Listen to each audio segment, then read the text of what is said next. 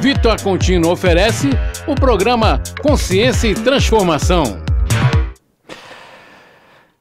É uma realidade hoje vivida no mundo todo. As pessoas que, de alguma forma, em algum momento, perdem o sentido da vida. Que, de alguma forma, tentam contra a sua própria vida. E, às vezes, mesmo sem provocar morte, passam a ter uma vida quase como mortos-vivos. Nós vamos estar falando hoje, no programa de hoje, sobre a valorização da vida e o suicídio.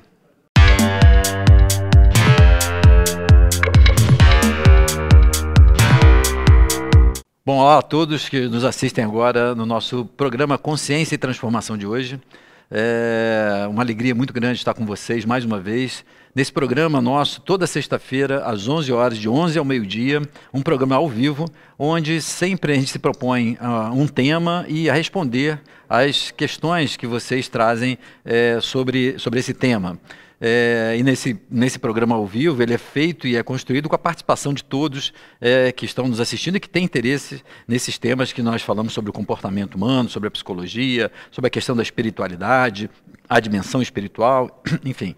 E hoje um programa ao vivo, na última edição, no último programa da última sexta-feira, eu acabei trazendo um programa gravado, que tinha sido gravado respondendo também as perguntas, mas foi um programa gravado porque eu estava num congresso em Vitória, no Espírito Santo, e eu queria compartilhar um pouco com vocês sobre essa experiência.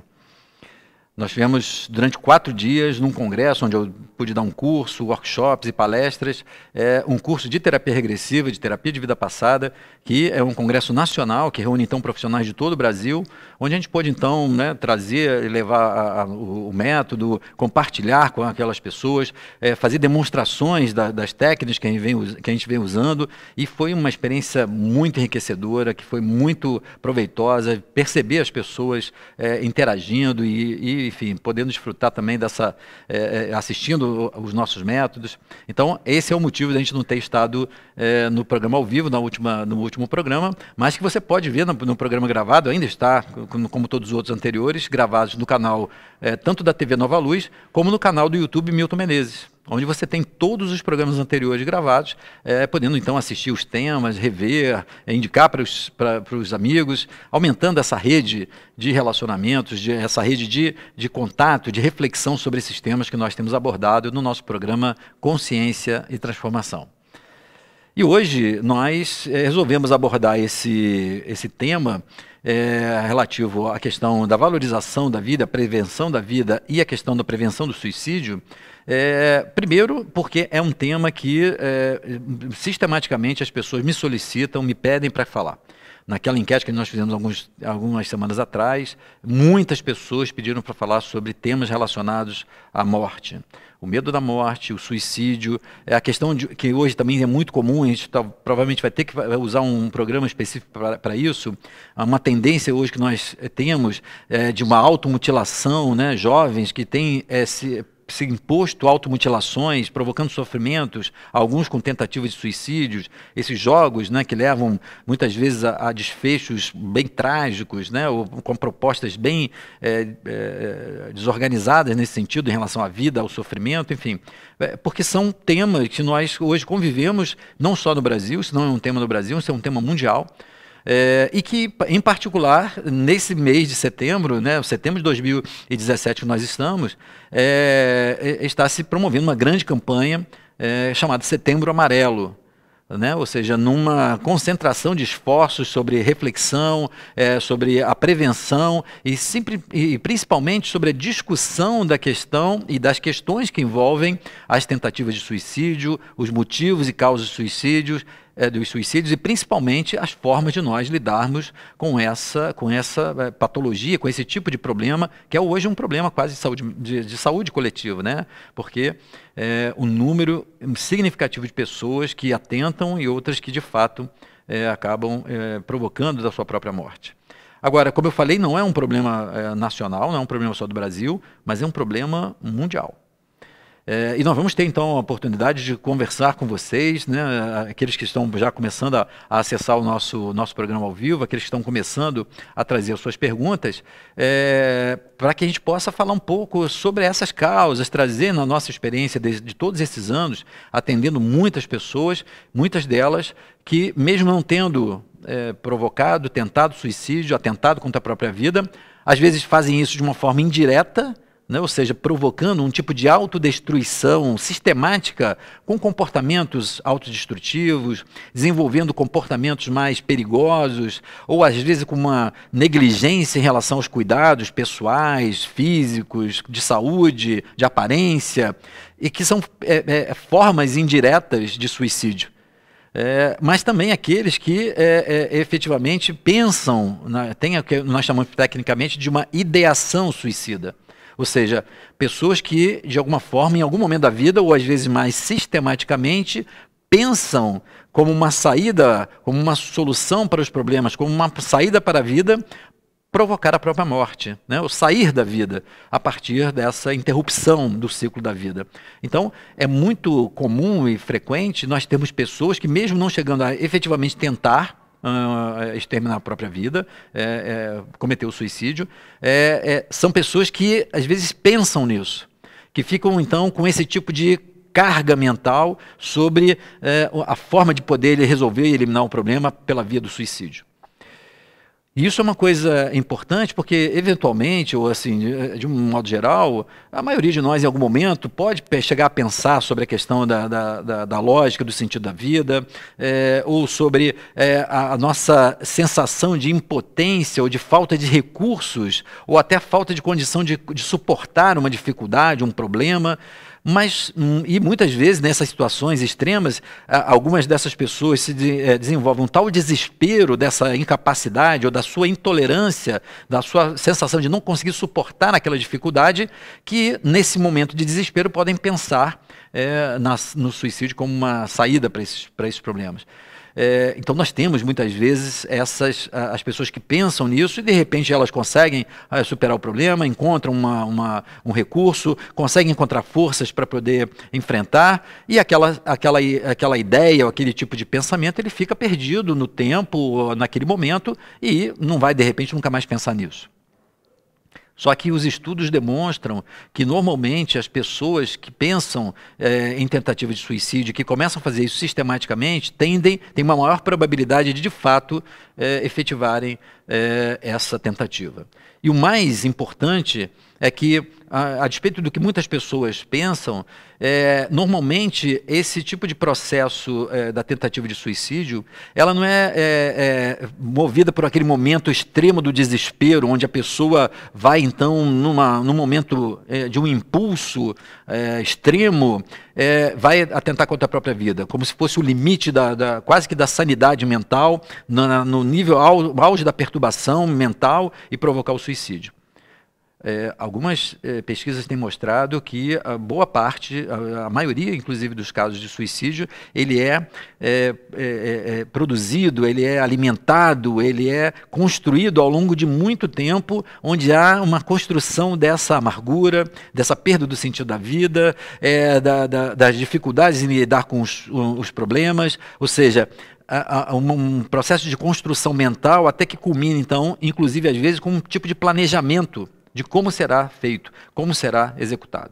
Então, isso de tal forma faz com que a gente perceba e possa estar, às vezes, ao nosso redor, com pessoas que têm esse tipo de carga mental, mas que nós, às vezes, sequer percebemos. Primeiro porque existe um tabu em relação à questão do suicídio, né? Ou seja, nós ainda temos dificuldade de lidar com uma pessoa que afirma que pensa em se matar. Primeiro pela nossa, às vezes, dificuldade de saber quais são os recursos que nós podemos ter ou que sejam efetivos para ajudar uma pessoa numa situação, às vezes, limítrofe como essa. E outra, vem de uma questão meio cultural, principalmente marcada por um pensamento religioso, que ao longo de todos os séculos, e em diversas religiões, vem tratando a questão do suicídio e do suicida de uma forma muito severa, com um tipo de aversão, com um tipo de crítica, com um tipo de abordagem tão negativa em relação à tentativa do suicídio e ao suicida, que há então um temor de se considerar, por exemplo, alguém pensando nesse sentido. As próprias tradições judaico-cristãs, do catolicismo, algumas vertentes do protestantismo, ainda consideram, e num passado muito mais forte na Igreja Católica, o suicídio como um dos principais pecados que o indivíduo poderia cometer diante da vida, diante de Deus, fazendo com que houvesse então um temor sobre esse fato, sobre esse comportamento, mas na contramão dessa visão mais restritiva, de uma forma condenatória do suicídio, na contramão disso, nós percebemos então quantas pessoas não pensam sistematicamente no suicídio como uma saída para os seus problemas. Isso faz com que haja um abismo, e as pessoas têm dificuldade de falar e algumas dificuldade de ouvir sobre o suicídio. Então, isso me parece, nessa campanha do Setembro Amarelo, a gente tem visto várias pessoas falando que uma das principais formas de prevenção ao suicídio é poder falar sobre ele. É poder, então, deixar as pessoas à vontade, porque na medida que eu sinto à vontade, eu sinto confiança de que ao falar numa ideação dessa, num nível de sofrimento que me leva, às vezes, a essa consideração, eu consigo ter no outro uma escuta que me acolhe, que reconhece, que não critica, que também não fica temeroso, mas que é capaz de dar esse tipo de suporte, a probabilidade dessa pessoa efetivar o suicídio ela é muito menor. Né? Os estudos mostram que esse tipo de diálogo, de falar sobre ele, algumas pessoas temem falar sobre isso. É um mito que existe em torno do suicídio, esse é um dos grandes mitos, é que se a gente falar sobre o suicídio, a gente pode estimular a pessoa a se suicidar. Isso é um mito. Na verdade, a minha experiência clínica mostra isso, e as pesquisas hoje, em diversos países mostram isso. Pelo contrário, a possibilidade de falar abertamente sobre isso, sobre os motivos da pessoa, sobre as questões, às vezes até das convicções religiosas da pessoa em relação a como ela entende o suicídio, faz com que haja um clima de confiança, de abertura, que faz com que a pessoa, então, dividindo as suas preocupações e as suas ideações, possa, inclusive, rever essas suas estratégias, essa sua decisão. Mas a gente fica, às vezes, de tal forma temeroso de como lidar com isso, que a gente então acha que, se falar sobre suicídio, a gente vai estimular ou dar ideias de que realmente levem a pessoa a concretizar. Isso é um mito. Na verdade, quanto mais se debate o tema, quanto mais se acolhe essas pessoas, nós vamos ter muito maior e melhor a possibilidade de ajuda dessas pessoas. Não é à toa que, então, instituições no Brasil e no mundo, instituições no Brasil como o CVV, o Centro de Valorização da Vida, oferecem esse tipo de trabalho gratuito, dentro de uma metodologia específica. Algumas pessoas que têm críticas sobre isso, mas é fato que se coloca, então, como um canal onde a pessoa pode, por recursos, pelo telefone, hoje pela internet, acessar alguém que esteja disposto a ouvir e, às vezes, anonimamente, poder trocar essas informações, poder falar sobre essas suas dores e, com isso, amenizar as pressões que normalmente ocorrem internamente naquelas pessoas que estão pensando em suicídio.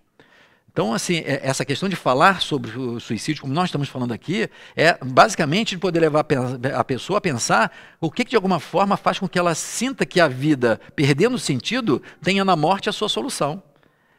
A questão da via do suicídio, na maioria das vezes, é pela perda de algum tipo de sentido que a vida teve.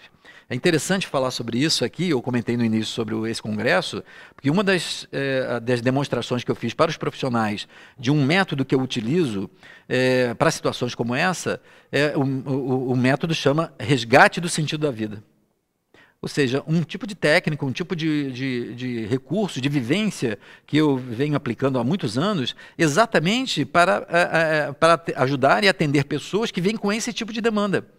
Pessoas que, de alguma forma, hoje se veem meio desmotivadas, entristecidas, desenergizadas, deprimidas, muitas vezes, e vendo que a vida perdeu sentido, que não vendo, então, graça no viver, no trabalho, na família, na realização pessoal, social. E essas pessoas, então, de alguma forma, perderam o sentido da vida.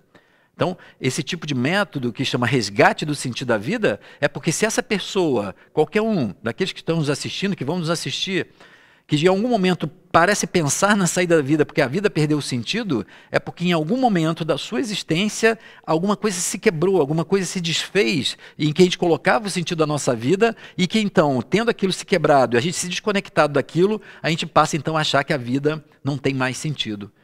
Então, apesar de compreensível essa sensação, isso representa a necessidade de um retorno a alguma coisa que faça sentido para a vida. Às vezes não é necessariamente aquilo que a gente perdeu, mas alguma coisa hoje que na nossa alma ou para a nossa alma possa de fato fazer valer a pena viver. Faça então fazer um sentido de crescimento e desenvolvimento, mesmo e a despeito das dificuldades que a gente tem em frente. Quando a gente então começa a entender a vida, como nós nos propomos aqui, a uma vida espiritual, ou seja, onde a dimensão espiritual ela se sobrepõe como importância, como permanência, né, como aquilo que pré-existe e sobrevive à existência do corpo físico, então quando a gente considera não só essa sobrevivência e a pré-existência e a sobrevivência da alma, mas mais do que isso, a gente considera uma lógica reencarnacionista, uma hipótese de trabalho que considera a reencarnação, nós vamos ver então que essas reencarnações, como a atual que nós estamos, são apenas etapas e episódios de uma vida muito maior que a vida do espírito. E nesse momento eu tenho então desafios, tenho problemas, mas tenho oportunidades de crescimento que vão acrescentar à minha vida como ser espiritual. Essa nossa desconexão da consciência de sermos seres espirituais faz com que a gente resuma e restrinja o sentido da vida à vida do ego, à vida da matéria, à vida do que a gente tem ou deixa de ter, dos relacionamentos que nós temos ou deixamos de ter. E se eu coloco o sentido da minha vida naquela coisa ou naquele relacionamento, se esse relacionamento se vai, se essa coisa se perde, o sentido da vida pode ir embora. E isso não é só um jogo de palavras ou uma metáfora. É, de fato, o que a gente observa. Nós, então, às vezes, por uma restrição da nossa perspectiva de vida, colocamos e projetamos nas coisas, nas pessoas, em alguns estados nossos da vida, de realizações, colocamos uma tal energia, colocamos um tal sentido, uma tal meta, que ao invés de manter essa meta em nós, a partir daquelas coisas, é como se nós colocássemos parte da nossa vida nessas coisas, energeticamente. E aí, então, quando essas coisas se vão, é como se parte da nossa vida se fosse com elas. Isso, infelizmente, é muito comum nos relacionamentos amorosos, onde, de alguma forma, posso ficar com aquela sensação de que o outro é que, então, traz a completude da minha existência. O outro é que, então, é o responsável e traz o complemento da minha felicidade. Né? Essa questão que eu sempre falo sobre os relacionamentos, de ser, então, a alma gêmea, a metade da laranja. Mas o grande problema é que se o outro, então, completa a minha existência, a minha felicidade, é o sentido da minha vida, se o outro, então, desencarna, o sentido da minha vida vai com ele. Se ele, então, de repente, escolhe uma outra pessoa para acompanhar a sua vida, faz uma outra opção, o meu sentido da minha vida vai com ele. Se um filho, então, desencarna, o meu sentido da vida vai com ele. Então, essa questão da gente projetar, e é ainda uma imaturidade nossa, não só emocional, mas uma imaturidade espiritual, de nós colocarmos nessas coisas o sentido da nossa vida. E não o sentido na nossa vida convivendo com essas coisas. Porque quando eu faço essa inversão, o sentido da minha vida está sempre em mim, a partir da experiência que eu tenho com as pessoas, com as coisas, com as realizações. E a partir de que essas coisas mudem, eu vou então aprendendo e modificando o sentido da minha vida. Mas o sentido da minha vida vai estar sempre comigo, e não nas coisas, nas pessoas. É por isso que nesse workshop que eu fiz no congresso, eu ensinei exatamente isso, porque a gente vai, então, usando os métodos terapêuticos, favorecendo que as pessoas vão acessar situações onde elas percebem onde elas perderam o sentido da vida, para poder resgatar, porque, considerando essa hipótese reencarnacionista, dar cabo da vida, ou sair da vida pela via do suicídio, é apenas uma interrupção que a gente provoca, mas que não vai, de fato, interromper a vida do espírito. E isso trazendo consequências, muitas vezes, porque esse tipo de iniciativa da responsabilidade que a gente assume ao interromper esse ciclo pela nossa própria vontade, vai então provocar um nível de desorganização mental, psíquica, e que vai refletir sempre no sentido das próximas existências de eu conseguir resgatar o sentido da vida. Então, quando a gente começa a perceber isso e vai espontaneamente já percebendo, se a gente está então desmotivado, se está de repente sem uma sensação de que a vida perdeu a graça, essa, aonde então está esse sentido que se perdeu? Aonde eu posso estar colocando novamente esse sentido? Aonde eu posso estar agregando para que realmente a minha experiência atual ela seja proveitosa? Independente até de que seja enfrentando, às vezes, um grave problema. Que tipo de ajuda, às vezes, eu preciso para poder enfrentar aquele problema? Compartilhando. Muitas vezes, isso é um fato hoje também confirmado pelas pesquisas sobre a questão do suicídio, talvez vocês se assustem, mas em torno de 80% a 90% dos casos de suicídio, eles estão acompanhados de um quadro, de um transtorno psiquiátrico, um transtorno psicológico. Uma depressão, uma bipolaridade, um transtorno esquizofrênico, um surto psicótico, né? Ou seja, onde o estado emocional e mental estando confuso, perturbado, favorece muitas vezes a uma distorção, inclusive, da realidade e das decisões de como nós vamos lidar com essa realidade, com esses problemas. E mais ainda, mais preocupante ainda, uma estatística mais alarmante, a grande maioria dessas pessoas, em alguns momentos, em semanas antes de tentarem ou cometer o suicídio, procuraram algum tipo de ajuda, ou num sistema de saúde, ou então com alguém muito próximo. As estatísticas são alarmantes, né? 70% das pessoas, em torno disso, nas semanas anteriores à tentativa ou ao suicídio de fato, elas estiveram em contato com alguma pessoa da área de saúde mental, num posto de saúde ou com alguém e de alguma forma tiveram essa busca sobre alguma coisa em relação ao seu problema. E às vezes a gente não consegue identificar isso, às vezes a gente não consegue, não é uma questão de nós termos que identificar isso, porque às vezes está fora do nosso alcance, mas é perceber que a pessoa às vezes está num movimento silencioso de uma busca de ajuda. Daí a importância de nós podermos colocar essa condição, né, de estarmos atentos e perceber que isso é um problema que está muito mais próximo e presente na nossa vida do que a gente imagina. Bom, eu quero então aqui começar, eu quis fazer essa introdução porque eu acho que é importante também a gente dar uma aquecida, né, é um tema que provavelmente a gente vai ter que repetir, porque é um tema hoje importante, mas eu queria já começar então a responder algumas das nossas participações aqui, agradecendo primeiro a todos, né, Elizabeth Santos, Carlos Nascimento, sempre conosco, Liliane Santos, enfim, Mary, sempre conosco. Eu vou começar então aqui a responder algumas perguntas sobre esse tema do suicídio. Elizabeth Santos, o que acontece com o espírito das pessoas que cometem suicídio? Maria Luziene Campelo, né? Bom dia, Maria Luziene também, conhecida de velhos tempos, né? Um prazer tê-la aqui também. Primeiro sobre essa questão do espírito, o que acontece com o espírito? Os meus alunos, eu sempre brinco, né, com meus alunos, às vezes em lugares que as pessoas me perguntam, que tem uma resposta padrão que me ajuda a sair de todas essas perguntas difíceis. E a resposta é, depende.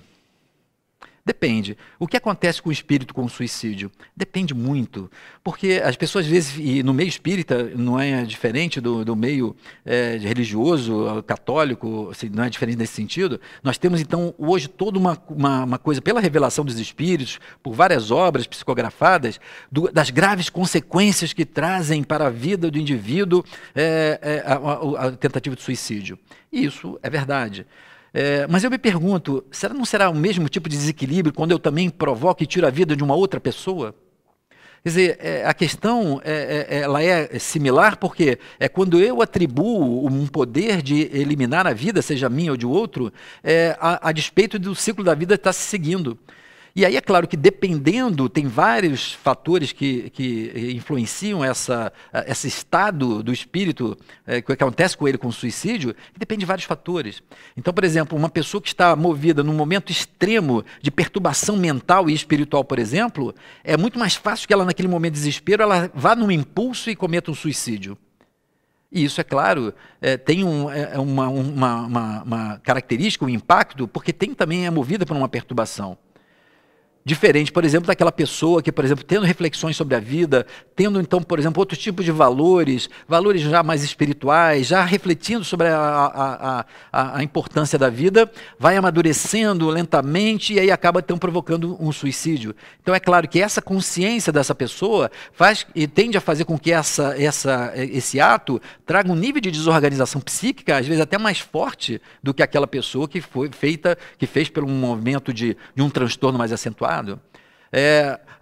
O sentido de repente de eu conseguir compreender a situação que me levou ao suicídio pode me atenuar ao ponto de eu, inclusive, apesar de ter uma experiência às vezes difícil numa próxima encarnação, eu conseguir perceber a importância da valorização da vida que eu perdi naquela encarnação. E aí eu não ter valorizado a vida e ter cometido suicídio, mas hoje entendendo isso traz uma repercussão menor, apesar às vezes da dificuldade de, por exemplo, vir com uma dificuldade física, uma limitação qualquer, mas eu entendo que aquilo é o resgate da vida. Então, qual é o impacto no espírito?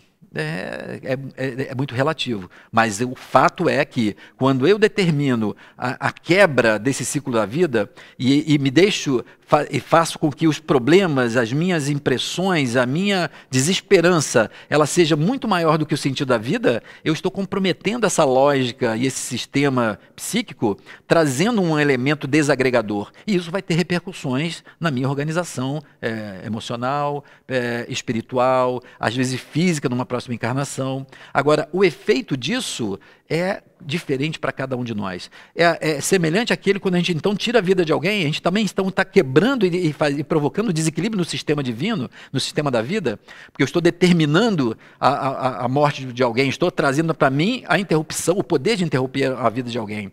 Quem tem o direito disso?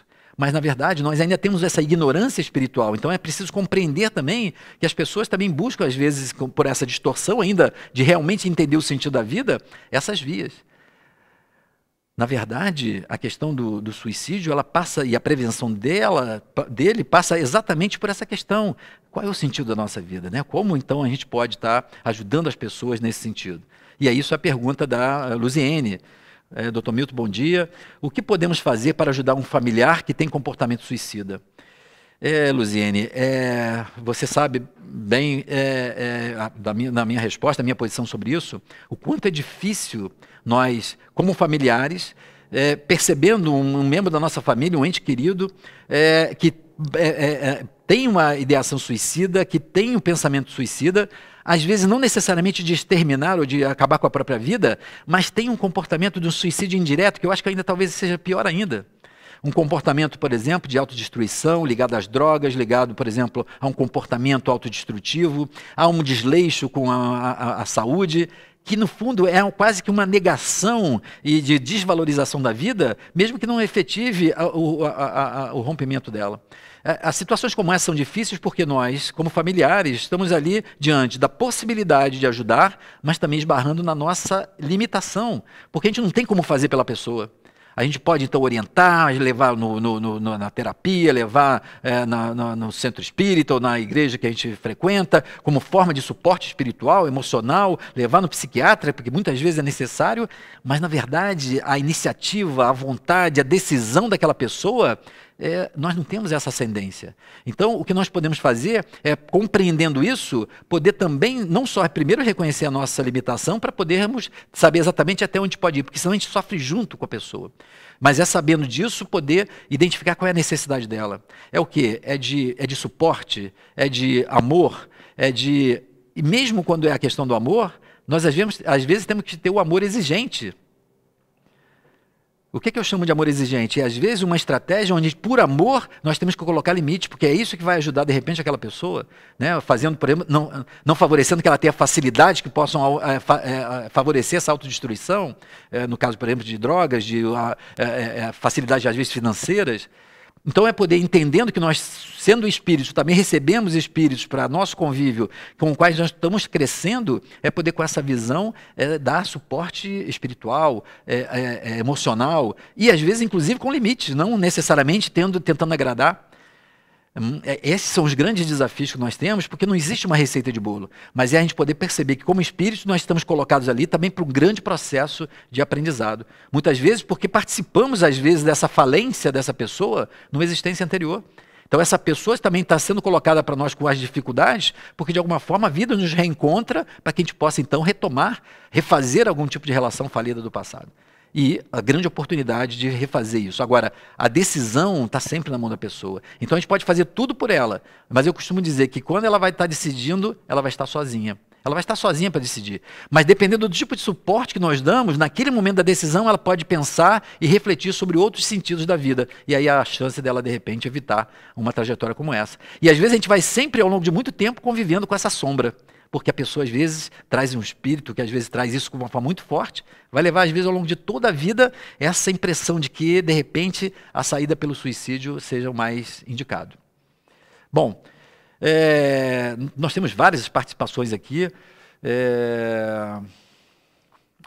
Como é que nós estamos no tempo hoje? Espera, deixa eu ver aqui com... Então nós estamos aqui, já me informaram que nós estamos no momento do nosso intervalo, da nossa parada. Nós vamos retornar daqui a pouco, eu vou dar uma passada aqui nas perguntas que vocês estão me mandando, vamos fazer aqui um apanhado delas, e no próximo bloco eu vou estar respondendo as perguntas sobre a prevenção do suicídio. Até lá!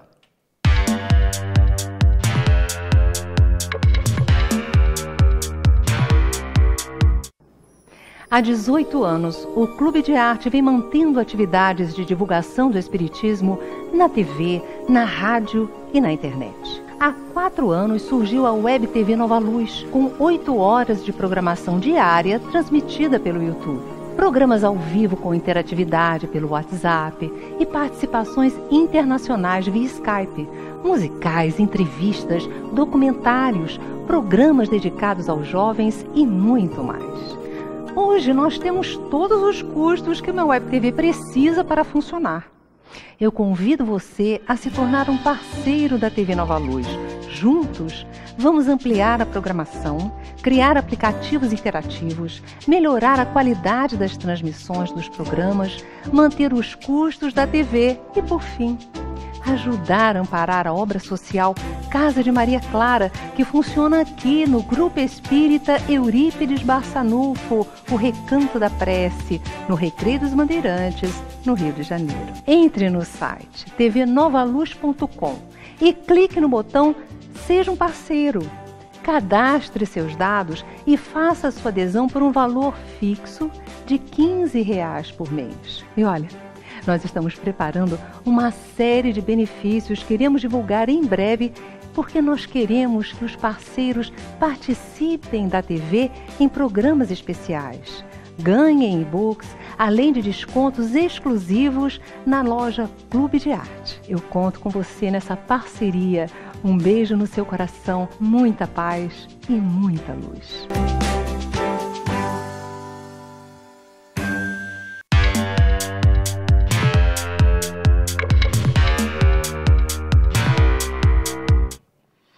Olá, nós estamos de volta com o nosso programa Consciência e Transformação, um programa ao vivo. E com o programa ao vivo, o sentido desse programa é poder conversar com você. Eu fiz uma introdução um pouco maior nesse programa por conta do tema, né? É um tema denso, é um tema que certamente a gente vai ter que repetir, porque talvez a gente vá aproveitar o setembro por conta dessa campanha, que a gente compartilha da importância de conversar sobre a questão do suicídio. Então, nesse programa ao vivo, o nosso objetivo é responder às perguntas que vocês vão trazendo. E aqui eu vou continuar respondendo, nós temos algumas perguntas já aqui. Elizabeth Santos, as pessoas que se suicidam reencarnam tendo que pagar, entre aspas, pelo ato cometido na vida passada? Elizabeth, a vida, né, a vida espiritual, eu não gosto desse termo pagar, porque isso, né, traz uma coisa de punição, né, de castigo, ou de uma coisa, de uma economia entre débito e crédito muito, às vezes, dura. Mas, de fato, como a vida é um processo de crescimento e desenvolvimento espiritual, e considerando que esse desenvolvimento espiritual é a aquisição de uma consciência sobre nós mesmos, sobre os valores da vida, sobre a nossa relação com a vida, e a gente vem avançando e angariando essa consciência ao longo das reencarnações, e se nós temos uma meta de alcançar esse nível de consciência mais pleno sobre qual é o sentido de fato da vida, apesar de a gente, às vezes, num dado momento, ter uma ignorância sobre um tema, mas a gente, com uma ação nossa, a gente se desvia muito dessa conquista, desse tipo de sistema, a gente provoca um desequilíbrio que, então, gera uma necessidade de alguma coisa para um reequilíbrio. Então, na medida que eu faça, tanto na medida do suicídio, ou na medida de um assassinato, ou de um extermínio de pessoas, de um maltrato de alguém, mas que eu interfiro numa ordem, na ordem do amor, na ordem da harmonia, na ordem do equilíbrio, da solidariedade, quer dizer, qualquer dessas leis e princípios, que são os princípios espirituais, que a gente tem uma ação em que a gente, que a gente distorce, que a gente compromete, seja comigo mesmo ou com o outro, a vida vai promover situações onde eu possa reequilibrar isso, onde eu possa adquirir aquilo. Então, de fato, nós vamos pagar, ou seja, nós vamos ter experiências que vão nos levar a esse tipo de reequilíbrio. Quanto maior é o desequilíbrio, maior a necessidade de um reequilíbrio. Mas a vida não faz isso no sentido desse crédito e débito, né? Então, você está devendo, você tem que pagar. É sempre na oportunidade, gerando a oportunidade necessária para que a gente tome consciência, né? Eu vou aproveitar aqui e emendar com uma pergunta da Liliane Santos, né, para falar sobre essa questão como é relativo, que ela fala assim: Milton, conforme li em alguns livros, o suicida fica ligado ao corpo após o fato consumado. Em todos os casos isso ocorre, né? E qual é a resposta? Depende, né? Há uma generalização para algumas coisas, né, sobre isso, né, sobre então vai pagar, fica ligado ao corpo, então vai para o Vale dos Suicidas. Nós temos, então, às vezes, algumas ideias que ficam, então, cristalizadas e muito generalizadas para um fenômeno que é muito mais complexo. Então, essa questão, por exemplo, de pagar, se de repente a pessoa fez um ato de suicídio numa vida passada, movida por um grande desequilíbrio mental, um nível de perturbação, por exemplo, espiritual muito grande, o fato dela ter essa desorganização e ela mantendo essa desorganização vai refletir no corpo dela, no psiquismo dela, numa próxima encarnação. Mas, por exemplo, se eu tenho uma pessoa que ela cometeu o suicídio por conta de um nível de prepotência tão elevado que ela chega a falar assim: se a vida não é do jeito que eu quero, então não quero viver. E se a vida não vai mudar, então eu vou sair da vida. É como se fosse uma lógica dizer assim: então se a vida não quer desse jeito, eu vou fazer do meu jeito, vou sair da vida, não vou jogar o jogo da vida. Quer dizer, eu estou uma queda de braço com a vida. Uma pessoa como essa, mesmo cometendo suicídio, ela vai trazer uma necessidade... Desculpem. Ela vai trazer uma necessidade de recuperação desse tipo de prepotência. Desenvolver um tipo de humildade, aceitação, e isso pode se manifestar de formas mais diversas. Uma limitação física, um ambiente mais restritivo, enfim. Então, esse pagar é muito relativo em relação àquilo que a pessoa constrói e como ela vai lidando ao longo da vida espiritual. Então, a mesma coisa então, em relação ao ligado ao corpo. Então, por exemplo, se a pessoa está no momento do suicídio muito associada à culpa, pode ser que ela fique então de tal forma presa ainda à consequência, àquele sofrimento, que ela vai estabelecer um tipo de ligação assistindo e percebendo o corpo enquanto ele se deteriora. Algumas pessoas dizem que o tempo seria o tempo em que a reencarnação deveria de fato ocorrer. Mas na minha prática eu tenho visto, trabalhando com regressão de memória, que mesmo quando as pessoas no passado elas cometem algum tipo de suicídio, às vezes elas se desprendem rapidamente do corpo e começam então de fato a entrar num nível de perturbação, às vezes de influências espirituais, onde entram num estado e não necessariamente estão ligados ao corpo.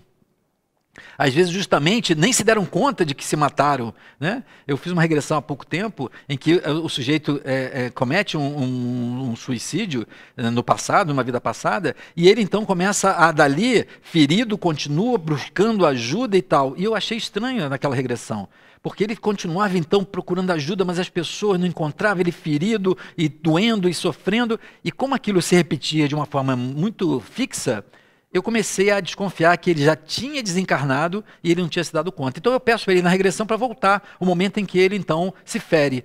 E aí então ali a gente consegue fazê-lo perceber que ele tinha se desligado do corpo, mas ele tinha ainda achado que estava vivo. Então a realidade física era tão grande que ele de alguma forma acha que ainda está vivo. E esse momento de reflexão e a percepção do corpo dele é que ajuda que ele de fato possa começar a deixar aquela experiência sofrida para trás. Então vejam, é muito relativo, né? É claro que o vínculo ao corpo tem a ver por conta dessa interrupção, mas muitas vezes o desligamento pode ser até mais rápido do que a gente imagina.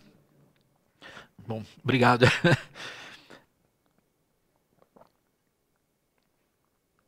Carlos Nascimento, será que alguns pensamentos cristalizados de vida passada podem levar ao suicídio? Sim. É muito comum a repetição. Já nessa vida, uma pessoa que tenta suicídio, ela tem uma maior predisposição a tentar novamente suicídio. Não se iludam disso, porque é uma pessoa que tentou suicídio, que agora está bem, que ela não vai tentar novamente. Ela tende a poder repetir o pensamento de ideação suicida. Então, isso acontece também de vida passada.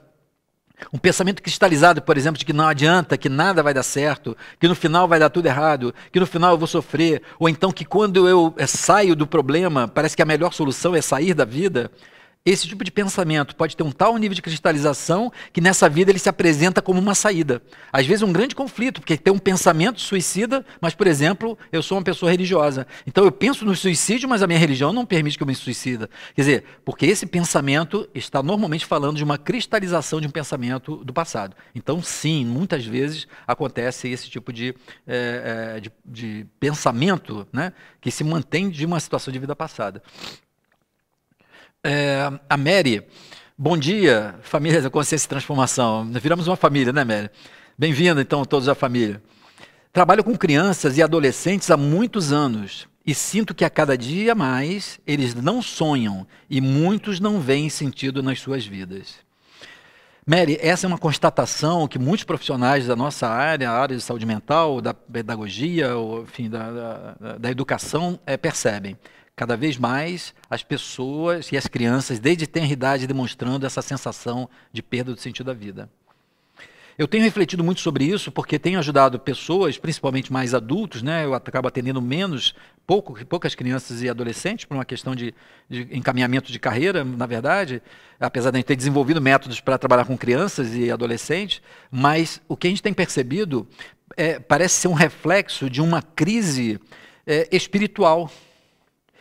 Eu percebo que cada vez mais, não só os adultos estão entrando nesse tipo de questionamento, mas já as crianças que reencarnam, são espíritos que também estão reencarnando num momento onde nós estamos socialmente, coletivamente, repensando o sentido da nossa vida. Parece que o modelo que a gente vem nesse planeta ao longo de várias encarnações, e nós como espíritos, dentro do nosso processo, né, esse grupo de espíritos está numa etapa similar de desenvolvimento. A gente vem definindo, ou delimitando, ou até definindo certas coisas como sendo primordiais para a nossa felicidade, ou seja, nós vivemos para essas coisas, para ter essas coisas, para sobreviver com essas coisas, que quando agora a gente começa a entrar num processo de ampliação da nossa consciência para questões mais da alma, a gente não sabe como fazer isso, porque a gente está tão condicionado a buscar a felicidade em algumas coisas à nossa volta, que quando isso começa a demonstrar que não atende à nossa realização como espírito, a gente já não sabe como fazer, porque a gente, apesar de já ter uma aspiração de uma outra consciência, nós ainda continuamos enxergando para os mesmos objetos de antes, os objetos materiais, as sensações. Isso não é um problema, um pecado, é uma transição da nossa consciência para algumas coisas que são importantes, porque nós continuamos encarnados, precisamos então de ter conforto e tal, mas não é esse o sentido da vida. Não é esse o conforto que vai fazer com que eu me sinta realizado. São outras demandas, são outras realizações que vão me trazer esse sentido de realização plena, de sentido da vida. E aí as crianças estão reencarnando, quase que questionando, porque o modelo que nós produzimos até agora, ele não é suficiente para trazer a felicidade. E isso cria um paradoxo. Então, às vezes, vai para o extremo de procurar sensações extremas, felicidade e satisfação, na busca da felicidade, mas não encontrando. E outros já perceberam que não é isso e não sabem onde está.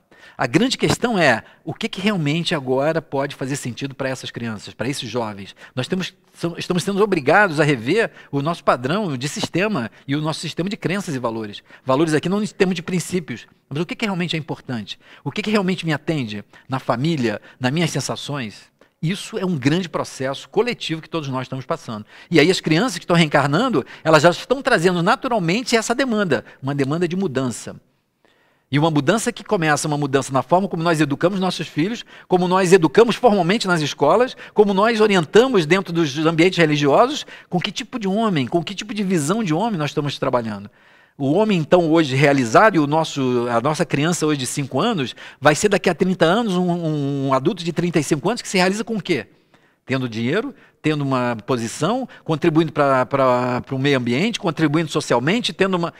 Percebe? Nós estamos num grande momento de reavaliação e é por isso que você também, como todos nós, verificamos que há um crescente número de casos de perda de sentido da vida.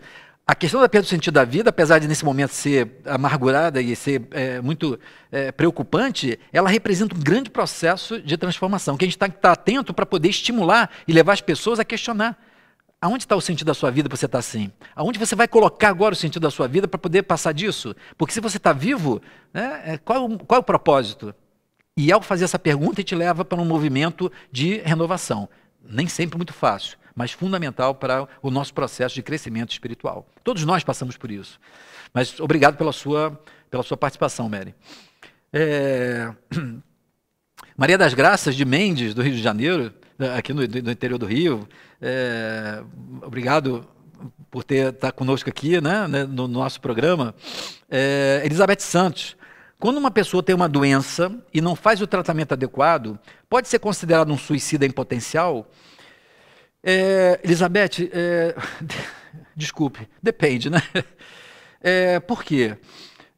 Tem vezes que uma pessoa que passa por uma doença e ela não faz um tratamento adequado, isso normalmente tem algum tipo de motivo, essa não adesão a um determinado tipo de tratamento. Então, é claro, na medida que você tem um nível de ignorância sobre a doença, então, é claro que isso, né, não passa a ser considerado, então, um suicídio potencial.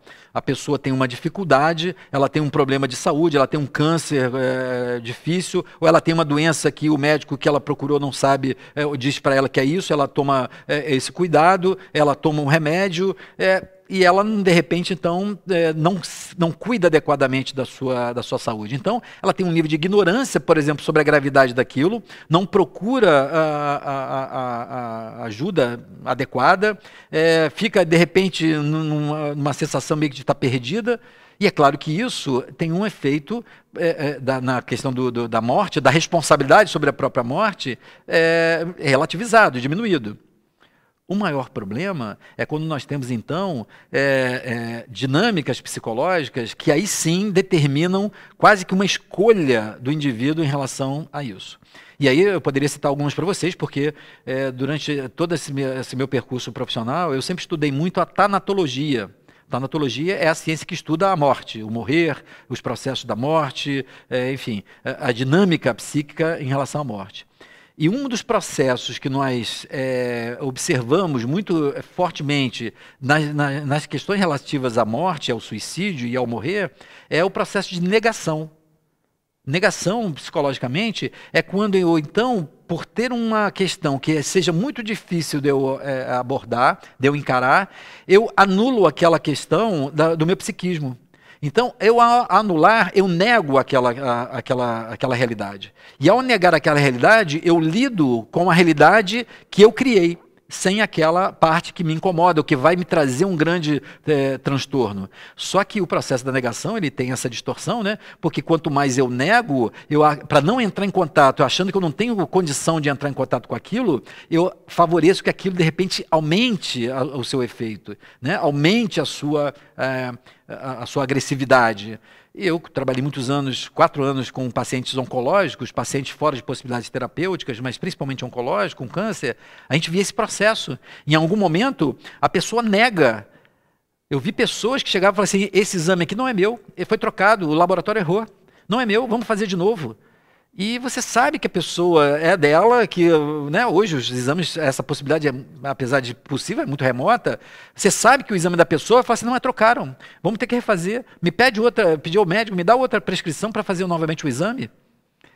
Vejam que então é uma negação, a pessoa não escolhe isso conscientemente, não quero entrar em contato com isso. É um mecanismo de defesa que ela faz automaticamente. Só que com isso, veja, quando eu nego aquela realidade daquele exame que diz que eu tenho ali um processo oncológico que eu tenho que tratar, eu acabo aumentando a possibilidade de ele, inclusive, acabar com a minha vida. A dificuldade, às vezes, de entrar em contato com uma doença, ou admitir que tem uma doença que pode ser fatal, quando eu nego isso, faz com que, inclusive, ela possa ser mais fatal. Vejam que aí é um paradoxo do psiquismo. Então, nesses casos, por um processo psicológico, é claro que aí esse tipo de negação, ele acaba sendo uma forma de você manter a questão da morte. Mas, em alguns outros casos, é um processo de não se cuidar, não é um processo só natural de negação. É um processo de não se cuidar como uma desistência da vida. E aí então fica muito mais forte esse aspecto do suicídio, ou seja, um desejo voluntário de retirar a própria vida. Quando então, ao invés de tomar a medicação, eu não tomo. Ao invés de fazer o tratamento, eu não faço. Ao invés de cuidar da minha alimentação, eu não cuido. Isso pode ser mais ou menos consciente. Tem pessoas que fazem isso inconscientemente, elas sabem, por exemplo, que são tabagistas, que têm uma propensão a efizema ou a um câncer de pulmão, mas elas fingem que não porque elas querem manter aquele prazer. E isso está construindo, nesse jogo psicológico, uma maior responsabilidade dessas pessoas, porque elas têm a informação, mas elas ainda querem preservar aquele prazer e esvaziam a importância ou o poder da doença. Isso, então, pode ser indiretamente. Eu tenho muito cuidado de considerar como suicídio indireto, porque são formas das pessoas ainda lidarem com a sua ignorância, né, espiritual sobre elas mesmas. Sobre qual é o sentido de repente, nós preservarmos a vida, a saúde do corpo, como sendo fundamental para aceitar essa experiência, mesmo que difícil, como sendo fundamental para a vida espiritual. Essa desconexão entre a vida espiritual e a vida do ego é que faz com que, às vezes, a gente tome decisões que vão repercutir no nível espiritual. Por quê? Por uma falta de consciência, uma falta, às vezes, de informação, uma falta de reflexão sobre a verdadeira vida, a vida que realmente importa, que é a vida espiritual. Mas vejam, isso é tão, às vezes, complexo, que eu já tive clientes abordando essa questão. Ele fala assim, mas se a vida espiritual, então, é mais importante, então não tem problema eu tirar minha vida aqui, porque, então, o que importa é o que eu vou fazer na vida espiritual. Isso é uma distorção da lógica, porque se nós temos um ciclo necessário de aprendizado, como é que eu ensaio, então, do meio, né? Do meio desse ciclo? É como se eu entrasse numa escola, estou no meio do período da faculdade, e falasse assim, não, o importante é eu me tornar um engenheiro, eu vou sair da aula, eu vou sair dessa matéria. Mas com isso eu não vou concluir, porque tem aprendizados ali que são importantes para aquilo. Apesar da matéria ser chata, o professor ser exigente, eu ter dificuldades, se eu não cumpro aquele critério ali, aquele conhecimento, ele vai me fazer falta em algum momento ali na frente. Não adianta eu querer retirar aqui se vai me fazer falta ali na frente. Eu me lembro de uma história que eu costumo contar para os meus clientes num processo terapêutico, que é sobre aquele homem que recebeu uma tarefa de atravessar um determinado local com uma tora de madeira e uma tora de uma árvore, né? E o mestre chega para ele e fala assim, você tem que carregar essa tora desse tamanho até o final, porque no final ela vai ser útil a você. Você vai precisar dela. E ele vai atravessando aquela tora, o local, mas ele vai vendo assim, nossa, ela é muito pesada. Eu vou fazer o seguinte, ele diz que eu vou precisar dela, mas ela está muito pesada. Então eu vou fazer o seguinte, eu vou pegar a tora e vou cortá-la e transformá-la numa tábua. Porque se eu precisar dela, eu tenho aqui a tábua. E aí ele vai carregando a tábua. O outro fala assim, nossa, essa tora é muito grande. Eu vou fazer o seguinte, eu vou cortar uns pedaços dela para diminuir o peso. E ele diminuiu, então, o pedaço da tora e ele carregou aquele pedaço para poder chegar até o final. E um outro, a duras penas, mesmo com dificuldade, falou assim, se essa tora vai ser importante lá, eu vou carregá-la até o final. Quando chegam então os três até o final, eles têm que atravessar um rio bem agitado.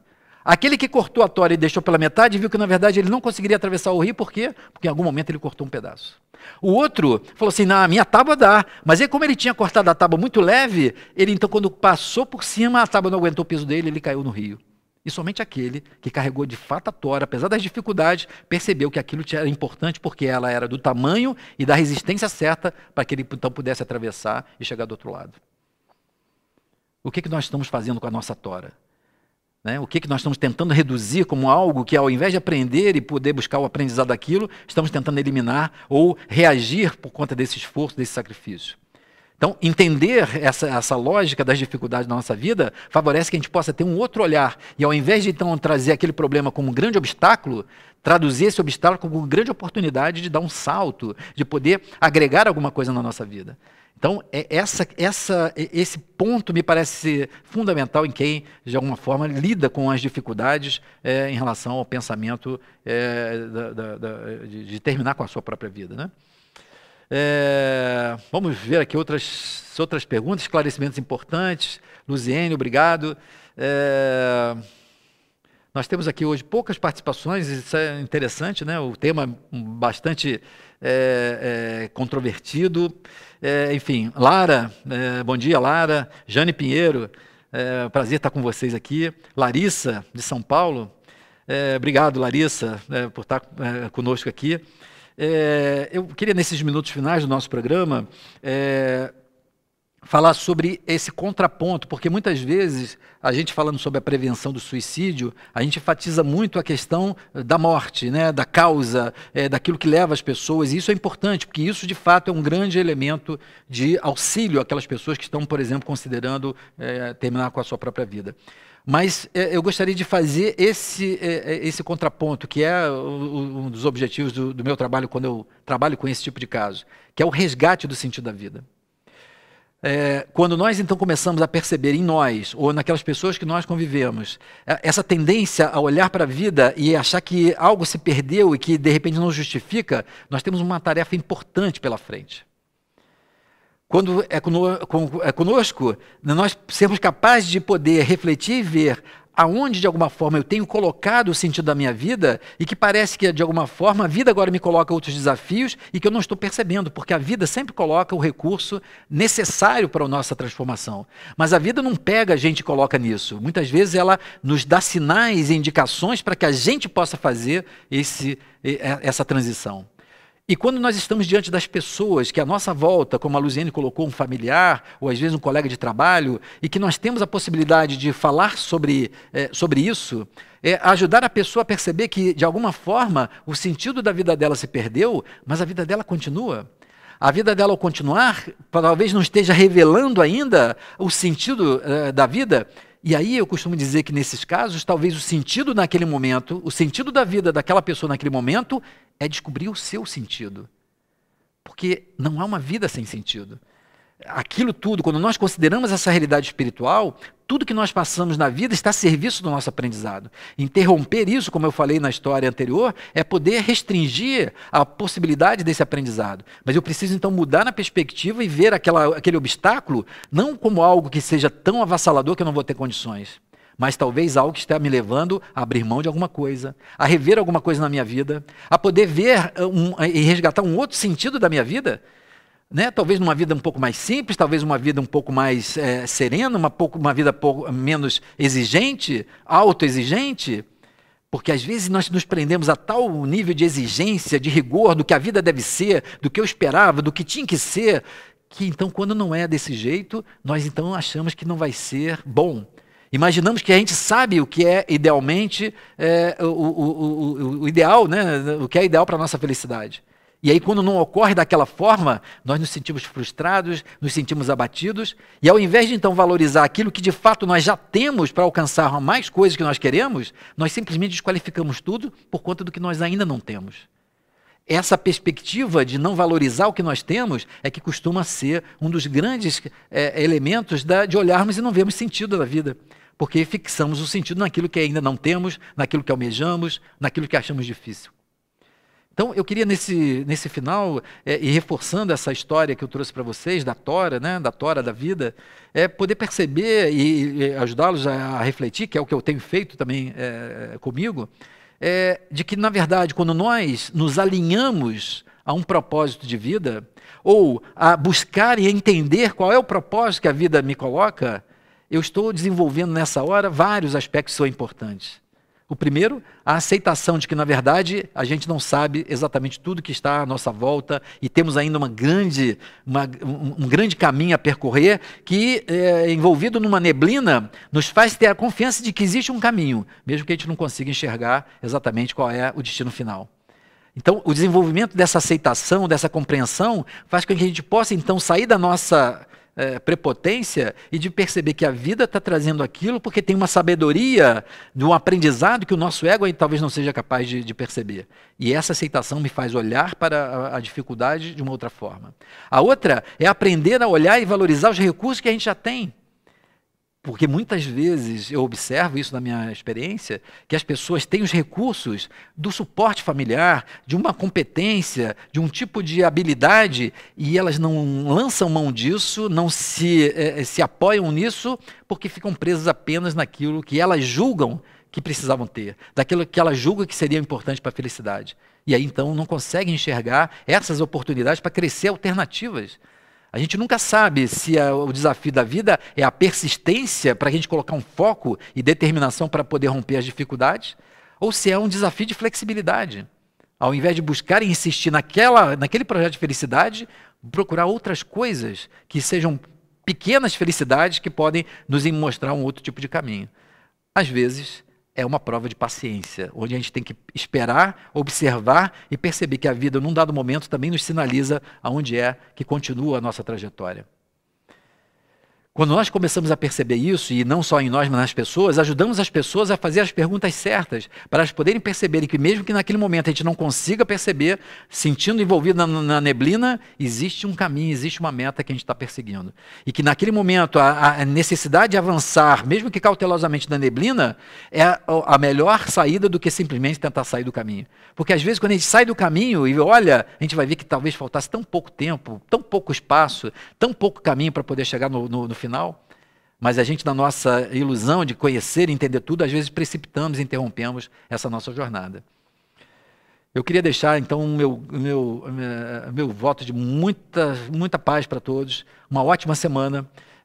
Nós vamos conversar aqui com o pessoal da produção, provavelmente a gente vai repetir esse tema, ainda em setembro, mas sempre trazendo para vocês temas como esses que nos levam a refletir sobre as questões que nós passamos no dia a dia, que convivemos, numa perspectiva positiva da vida, no sentido de que tudo isso que acontece conosco é sempre no sentido do desenvolvimento e crescimento espiritual.